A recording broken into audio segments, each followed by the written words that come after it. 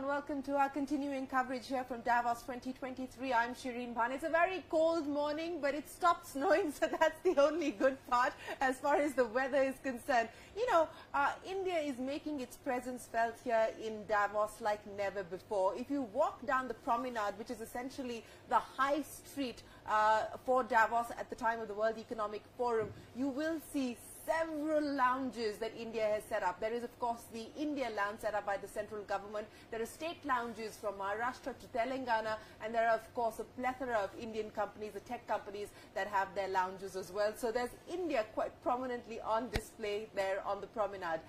Well, what you won't see is either the Delhi government or the Punjab government's lounges, but what you will see is India's youngest Rajya Sabha MP Raghav Chadha, who also happens to be a young global leader here at the World Economic Forum. He joins us now. Raghav, good to have you back here in Davos. It's a pleasure to speak with you. As I was saying, India prominently on display here in Davos this year. Absolutely, and I think that is the diversity dividend of India, where you have several states participating, having multiple chalets. I think we're the only country that has so many chalets on the promenade, and a healthy competition among states competing in a healthy way for investment, seeking investment for their respective states, and with the overall objective of strengthening India.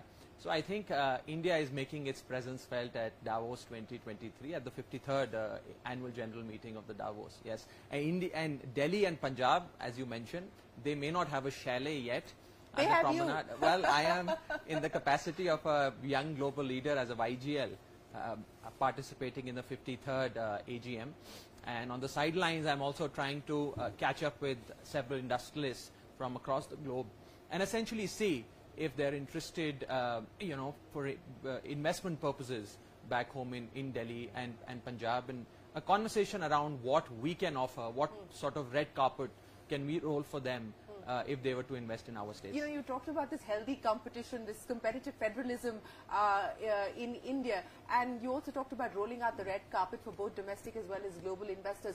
What is going to be the pitch that the governments, both of Delhi and Punjab, are going to make to investors at this point in time to draw in fresh investment, particularly Punjab?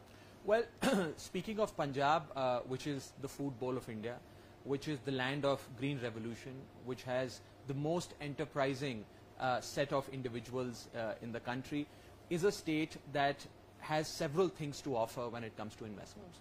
From a very strong logistical backbone, where Punjab has been rated as the safest logistical, you know, sort of chain that Punjab has as far as the Indian ratings are concerned, with ICDs, with multimodal logistics parks, etc. Apart from that, we are giving statutory backing to ease of doing business with legislations, with the Punjab Anti-Red Tape Act, with the Punjab Right to Business Act, one-of-a-kind act in the country. And apart from that, Punjab has the highest internet density in the country, low cost of power. Government is incentivizing investment like never before, whether it's access to subsidized land, whether it's giving the YGF, the VGF, that is the viability gap funding, relaxation in the fixed capital investments, GST incentives, waiver of stamp duty, so on and so forth. And it's a liberal market with no stringent labor laws. So I think all in all, Punjab is a package that a lot of investors would certainly be open to considering. And it's not that there hasn't been investment in Punjab previously. I remember even in the dark days of 80s, when Punjab was unfortunately going through the worst period ever of insurgency, militancy, and so on and so forth. In the year 1989, you would be surprised to know, PepsiCo started its first potato chips company in Sangrur, which is its biggest plant. In fact, they're up their investment further in the decades to follow. And not just that, Punjab has the world's biggest tractor manufacturing company in Hoshiarpur. We have the biggest cycle manufacturers in Ludhiana. So I think there is an environment of investment that we're here to project. And above all, I think a government that means business, a government that has zero tolerance towards corruption is what is required. Hand-holding by a government that does not have vested interest in business. that doesn't want kickbacks from the industry. That's the kind of governments that people and industry are looking forward to working with closely, and I think that's what Punjab has to offer. You know, hand-holding is of course something that industry would appreciate. Ease of doing business is something that industry would appreciate. But fiscal space, Raghav, you're a chartered accountant, you would know this better than anybody else. To provide subsidies that you cannot afford at this point in time, given the constraints that you face on the fiscal side, how do you address that challenge? And isn't there a limit to how much the government can do by way of subsidies, etc., given the constraints, the fiscal constraints? Well, there is no doubt that we have inherited, you know, a state that is going through several fiscal challenges. We have an outstanding debt of roughly 3.5 lakh crores. And that is what we have inherited. These are legacy issues that we're dealing with. I can tell you, without getting into the nitty-gritties, because formal announcements will follow, that we are restructuring our debt like any corporate would do to bring down the fixed payment of interest and capital. We are augmenting revenue. You'll be surprised to know that our excise revenue and GST collections for the state of Punjab in this financial year have increased by leaps and bounds like never before. Unprecedented increase, because we've given an honest government, because the taxpayer today feels that if we pay the money, the government will spend it for our betterment, and they're depositing, there's more compliance.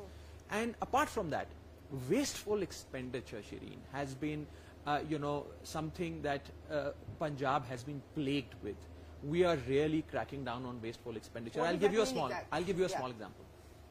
In Punjab, there were several crore ghost employees that were getting pension. We did the whole exercise, removed those ghost employees, and you'll be surprised to know we are now saving 162 crore rupees per annum. That's a small figure. Secondly, there was something called as the there was one MLA multiple pension scheme that was going on in Punjab, where if you are a 5-time MLA and you don't win the 6th time, you will get pension for 5 different terms, not one term. This is the height of wasteful expenditure. We withdrew that, we brought one MLA, one pension, and we are saving a few 100 crores in that. So therefore, a decisive crackdown on wasteful expenditure, and above all, as you and I both know, Punjab has been a state that has been plagued with corruption.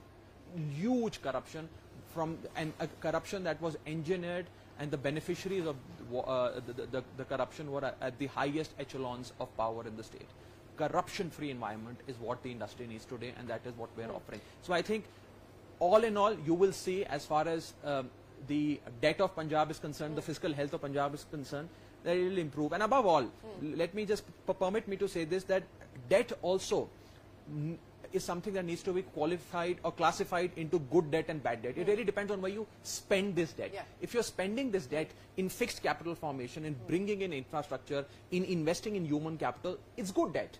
And if you are spending that money in foreign junkets and so on and so forth, then that is wasteful expenditure and that is bad debt.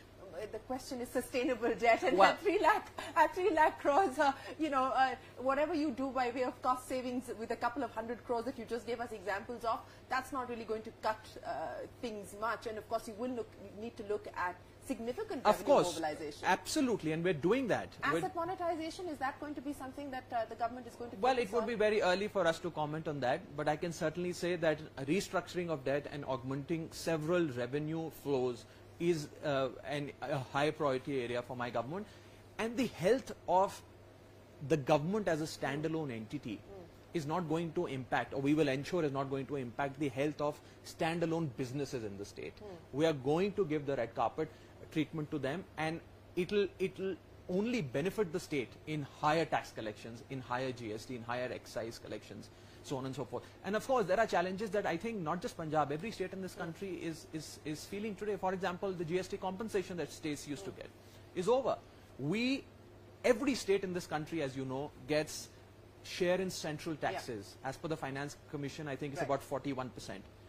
But whatever the state in central taxes pays, a part of it comes to the government, the state government. Now, what this government at the center is doing, and this is of course a global arena, and I don't want to get into petty politics, but I want to highlight a challenge that every state is facing, that instead of raising taxes, the central government is now raising cesses, surcharges, which go into the central pool, and states don't get a share of that. So I think there are several challenges that every state in that sense on the fiscal space is facing, and I think all of us will collectively find solutions. You know, speaking of challenges, we just talked about the health of the balance sheet of the state of Punjab, but let's talk about health, Raghav. You know, both Delhi and Punjab, pollution is a scourge at this point in time. You have governments in both states.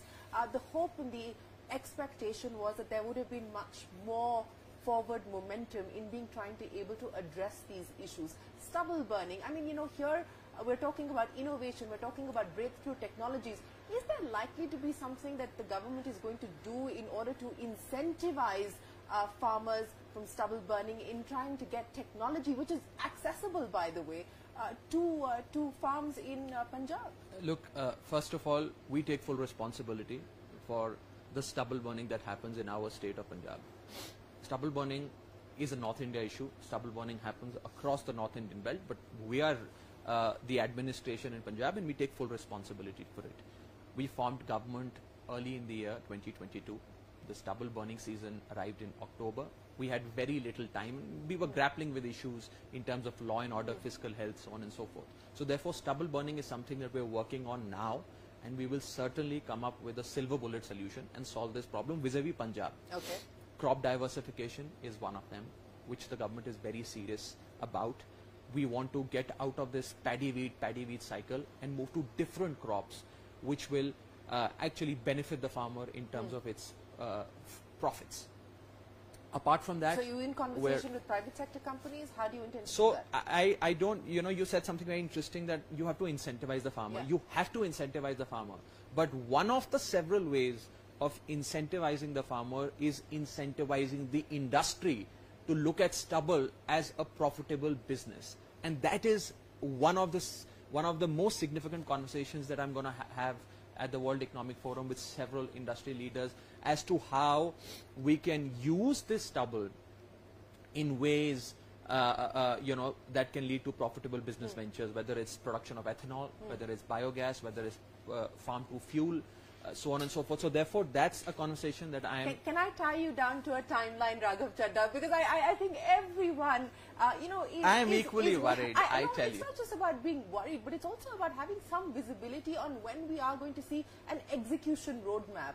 Can I tie you down to some timeline? Yes, by the time we sit in this building behind the you know, beautiful Swiss Alps next year, you will find solutions and you will find concrete results.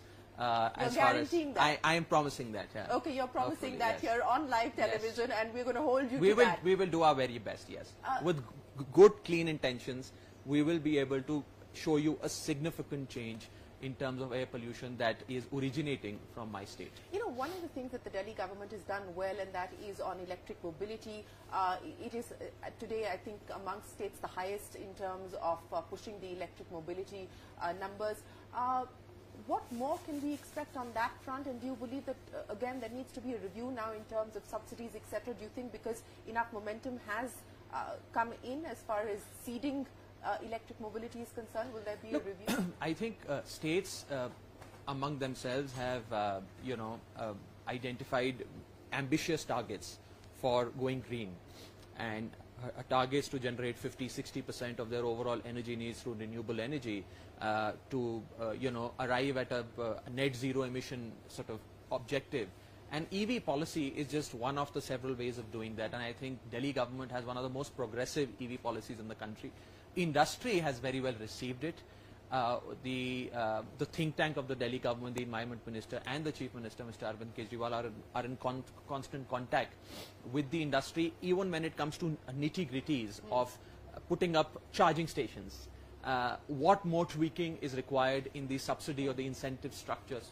So I think we are open to more you know, responses and consultations with the industry, and I think you know, the EV policy of Delhi is certainly going to pave way for EV policies of several states. In fact, in Punjab, we're likely to come up with an EV policy very soon. Okay, an EV policy for Punjab very soon as well.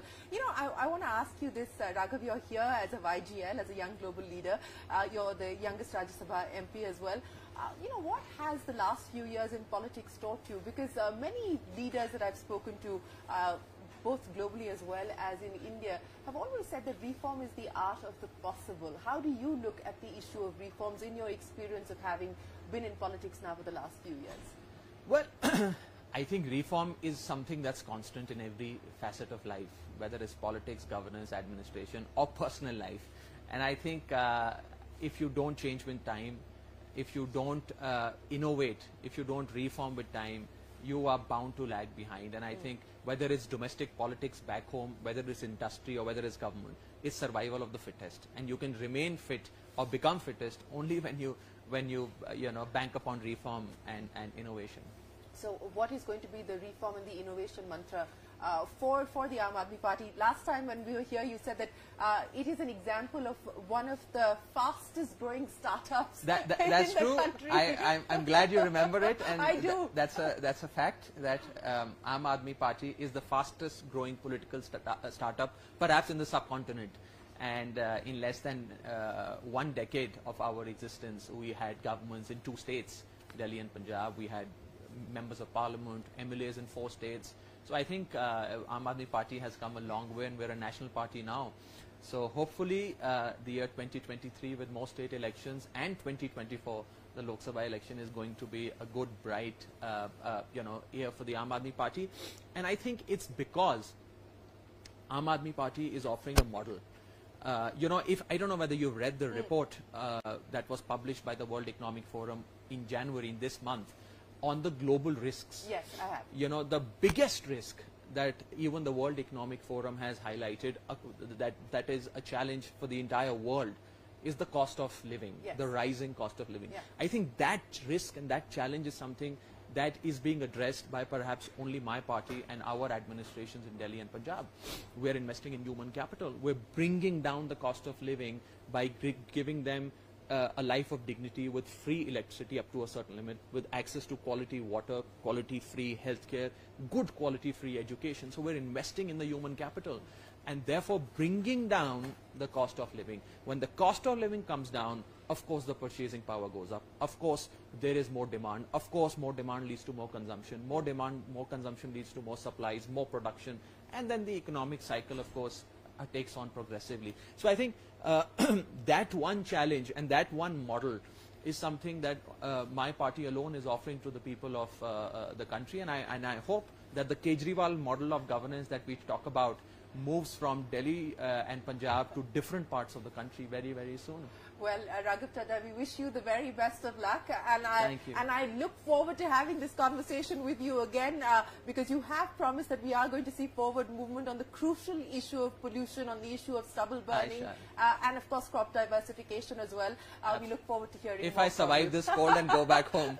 No, we're going to ensure that you survive this cold, just so that you can deliver on the promise. But thanks very much. Thank you. We wish you the very best. Always a pleasure speaking with you. We will take a break here and continue our coverage Davos 2023 when we're back after the break in a moment.